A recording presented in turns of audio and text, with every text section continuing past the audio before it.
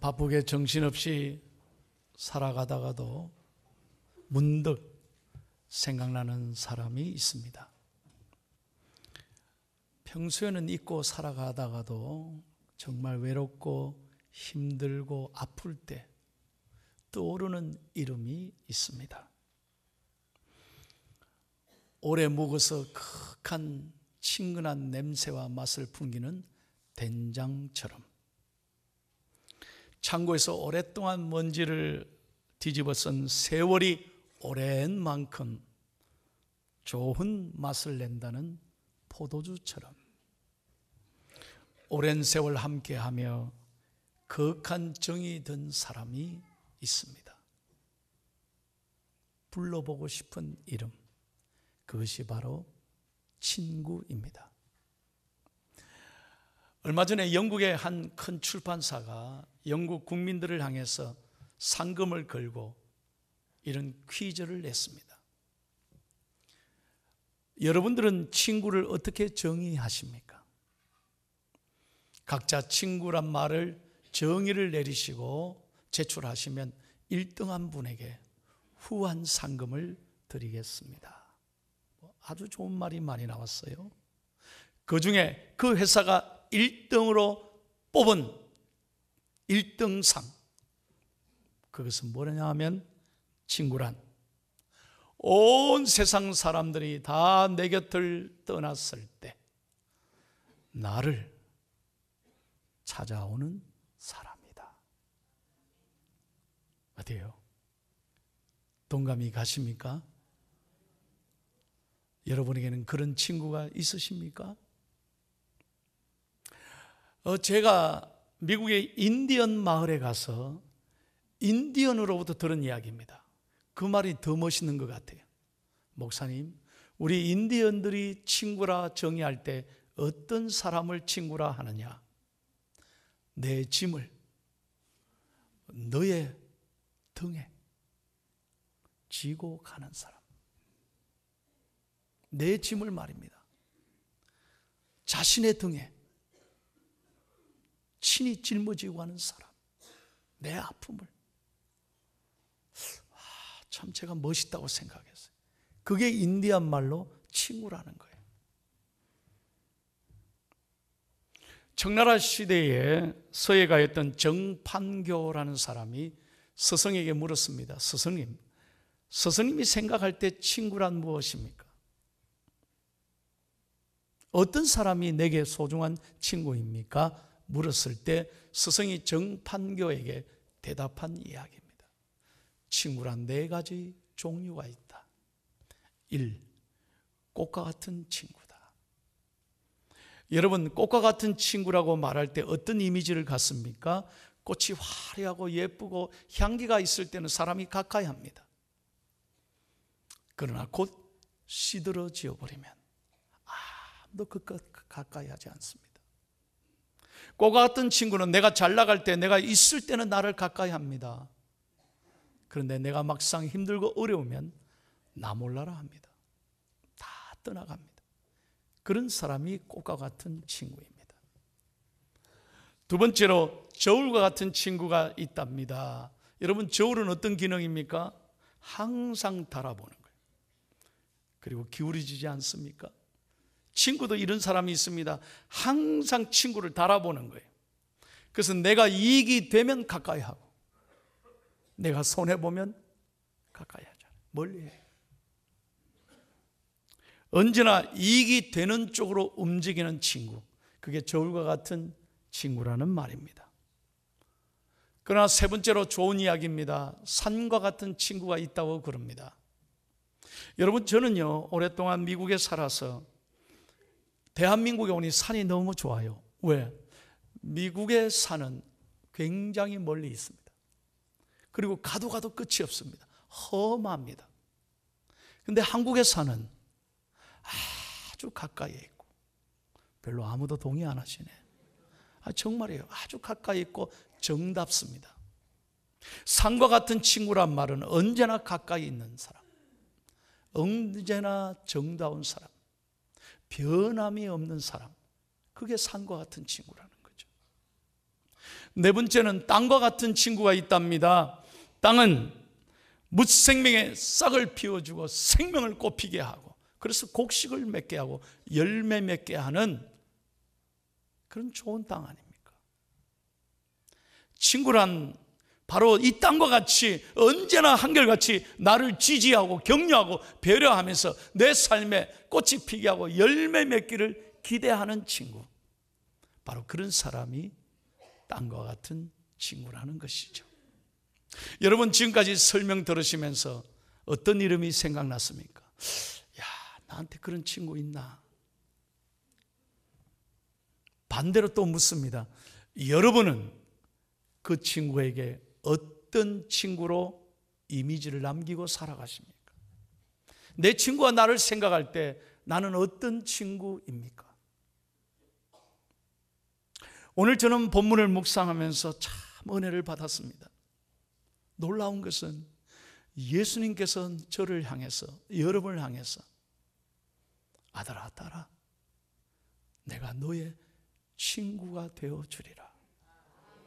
은혜가 되시면 아멘. 예수님께서 아무 자격도 없고 죽을 수밖에 없는 죄 많은 저와 여러분을 친구로 불러주셨습니다. Jesus Christ is my best friend. 사람은 다 몰라주고 떠나가지고 계산하지만 주님은 언제나 내 친구가 되어주겠다는 말씀. 여러분, 이 말씀에 오늘 아침에 위로받고 은혜받고 용기와 희망을 얻기를 예수님의 이름으로 축원합니다. 어떻게 예수님이 나의 친구가 되어줄 수 있습니까?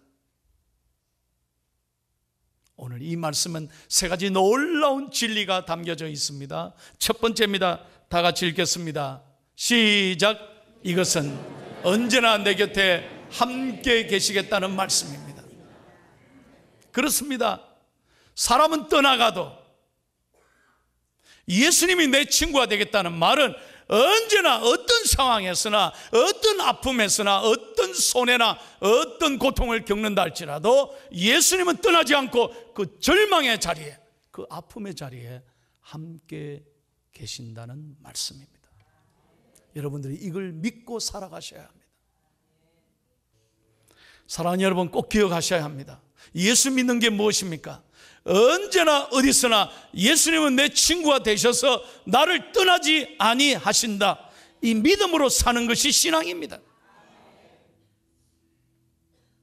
저는 믿습니다.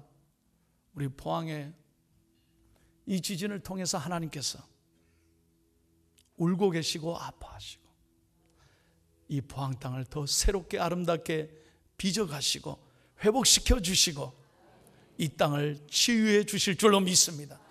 어떤 순간에도 하나님이 보고 계신다는 거예요. 마가복음 6장에 보면 여러분, 예수님의 제자들이 예수님과 헤어져서 갈릴리 호수를 건넵니다. 그날 밤 갑자기 풍랑이 일잖아요. 엄청난 파도가 배를 뒤엎습니다. 그럴 때 제자들이 막 예수님을 찾으면서 우리를 죽게 내버려 두십니까? 우리를 왜 이렇게 어렵게 만드십니까?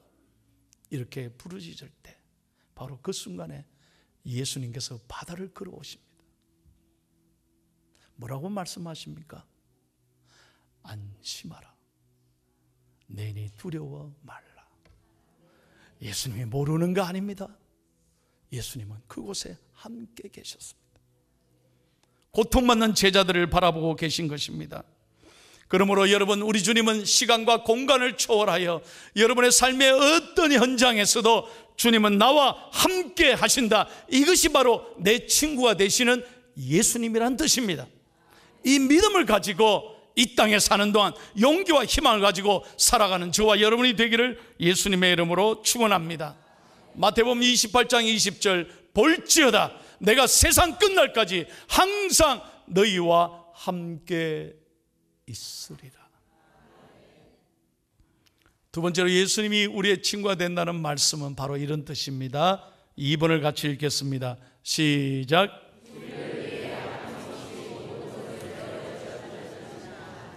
아멘.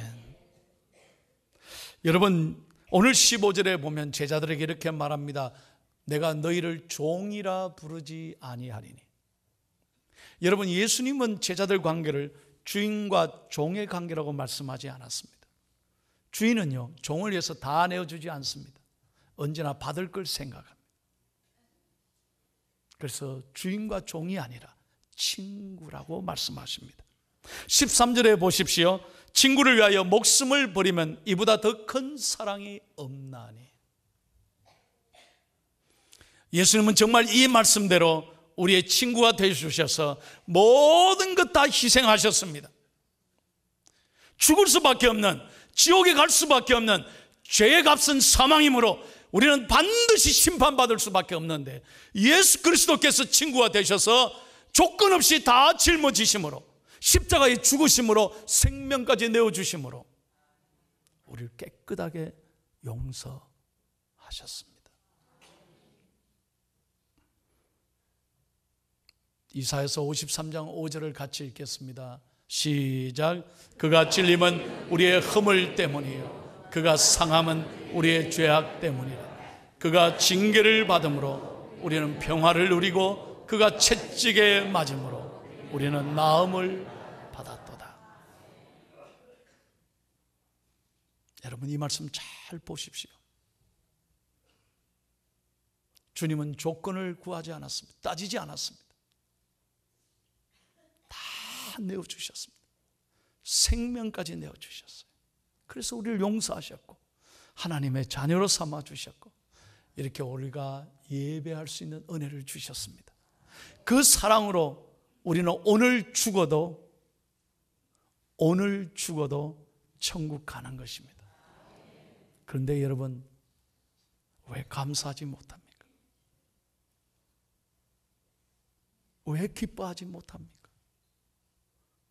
왜 찬양하지 않습니까?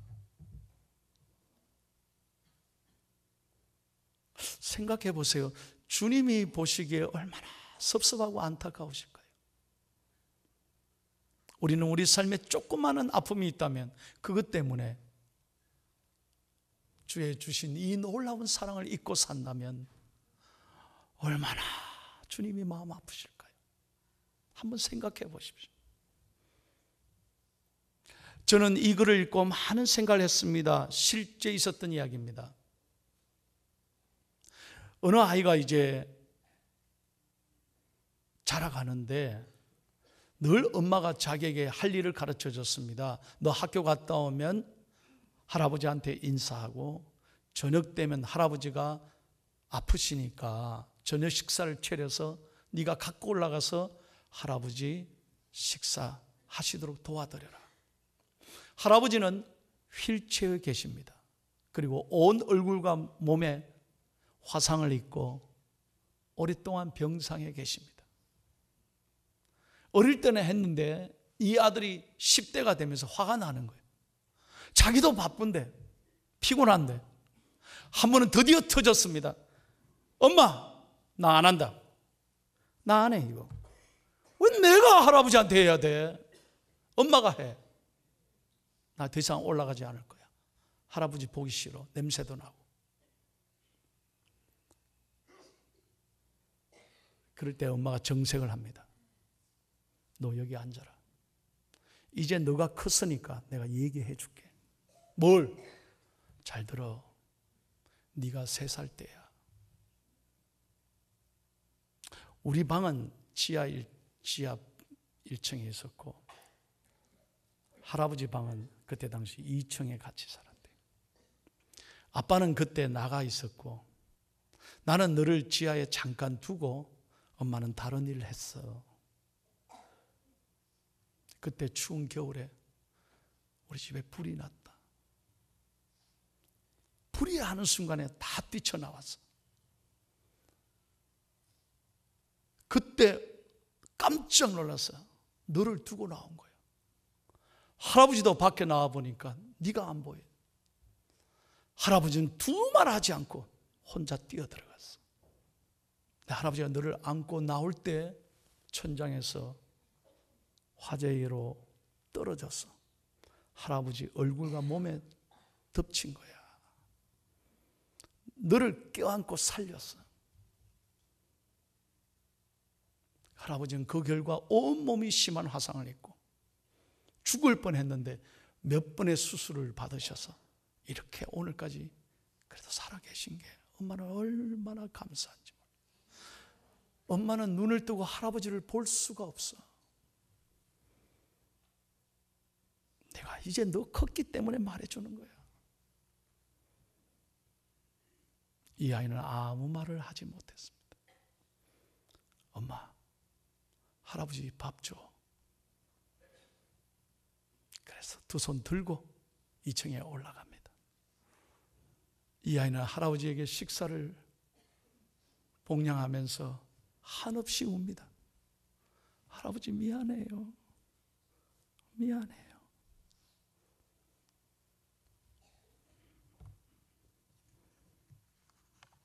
할아버지의 사랑이 이 아이의 마음을 바꾸어 놓았습니다. 이전과는 다른 마음으로 할아버지를 섬기게 됐다는 거예요. 사랑하는 여러분, 오늘 목사의 말이 아닙니다. 하나님의 말씀입니다. 내가 너를 친구로 부르겠다. 다 내어주신 거예요. 우리가 이 사랑 까닭에 우리는 죄가 해결되고 천국 가는 거예요. 생각해 보세요. 얼마나 우리가 사랑받은 사람이고 기적 중에 기적은 내가 예수 믿는다는 거 아닙니까?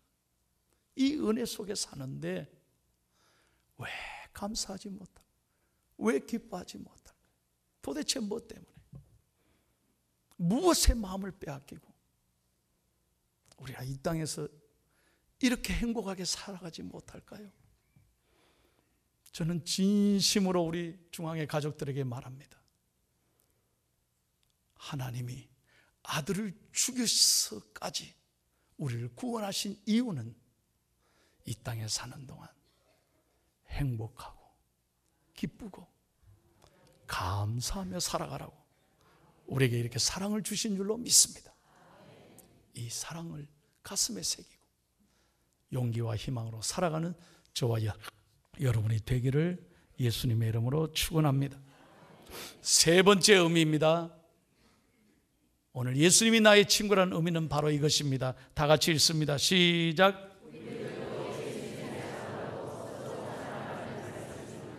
예. 여러분 12절 말씀을 다 같이 읽겠습니다. 예수님이 친구라고 부르시기 전에 딱 한 가지 조건에 우리에게 부탁하셨습니다. 딱 한 가지입니다. 12절 시작. 내 계명은 곧 내가 너희를 사랑한 것 같이 너희도 서로 사랑하라 하는 이것이니라. 예수님이 친구라 불러주시면서 생명을 내어주시면서 우리에게 부탁한 딱 한 가지는 다른 거 아니었습니다. 서로 사랑하라는 거예요. 이것이 주님께서 친구가 되신 조건입니다. 내가 너희를 사랑한 것처럼 너희도 서로 사랑하라. 여러분, 원수를 사랑하는 것보다 더 위대한 사랑은 친구를 사랑하는 겁니다. 그래서 친구를 위하여 목숨을 버리는 것보다 이보다 더 귀한 사랑은 없다고 말씀하셨어요. 왜 그럴까요? 친구는 대당한 관계입니다. 경쟁합니다. 편안합니다.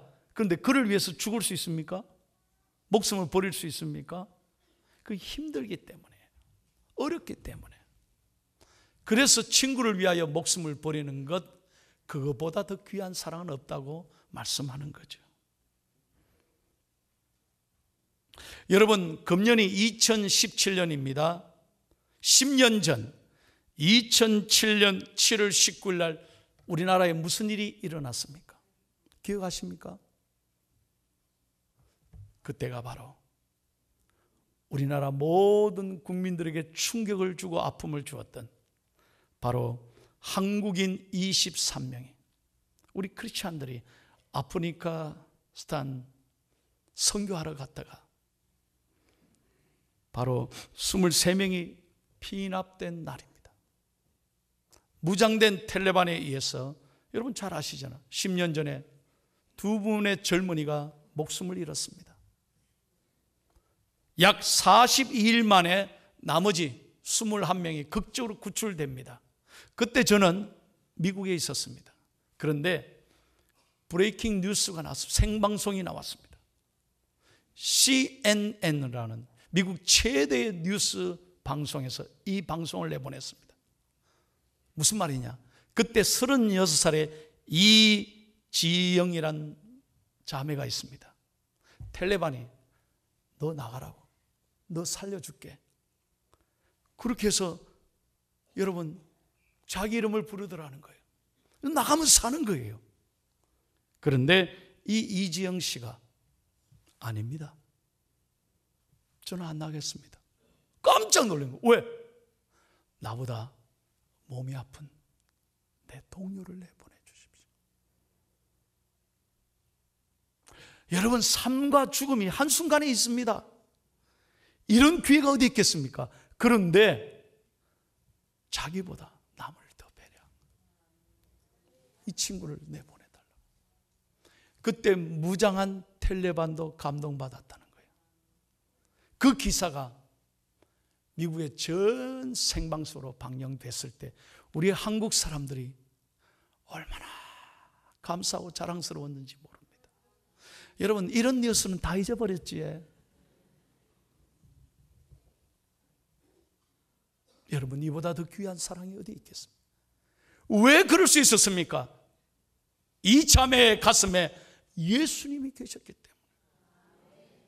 예수님이 계셨기 때문에. 그래서 친구를 위하여 목숨을 버리는 것보다 더 귀한 사랑은 없다라고 주님이 말씀합니다. 여러분, 오늘 설교를 들으시면서 목사님이 친구에 대해서 얘기했는데 나는 어떤 친구가 있나, 머릿속에 이 친구 저 친구 다 계산해 보라고 한 말이 아닙니다. 예수님이 우리의 친구가 되셔서 정말 이 사랑을 받고 있는 저와 여러분은 이제 예수님이 요구하는 건 딱 한 가지, 너도 그 사람에게 그 같은 친구가 되라고 말씀하시는 겁니다. 내가 사랑을 받기 전에, 계산하기 전에, 나는 어떤 친구가 있나 따지기 전에 나는 과연 그 사람에게 예수님을 믿는다면서 어떤 친구가 되고 있습니까? 오늘 주님의 음성이 바로 이거예요. 오늘 저는 여러분에게 진심으로 부탁합니다. 정말 짧은 인생이에요. 아무것도 아니에요. 이번 지진 우리 또 한 번 하나님의 음성 듣잖아요. 하나님 부르시면 다 놓고 가야 돼요. 이 짧은 인생에 여러분, 주님 앞에 우리 다 설 텐데 그때는 후회가 없어야 되잖아요. 부끄러움이 없어야 되잖아요. 이 다음에 예수님을 만나면 우리 뭐라 말할까? 그때에는 부끄러움 없어야지. 우리 서로 사랑해. 진심으로 여러분에게 부탁합니다. 이 짧은 인생, 예수님이 나의 친구인 것을 가슴에 새기고 용기와 희망을 얻고 나도 누군가에게 좋은 친구가 되는 복된 삶을 살아가는 우리 중앙의 가족이 되기를 진심으로 축원합니다. 좋으신 예수님과 함께 이번 한 주간 여러분 믿음으로 위로받고 내 삶에 기쁨과 행복이 넘치는 복된 한 주간 되시기를 예수님의 이름으로 축원합니다.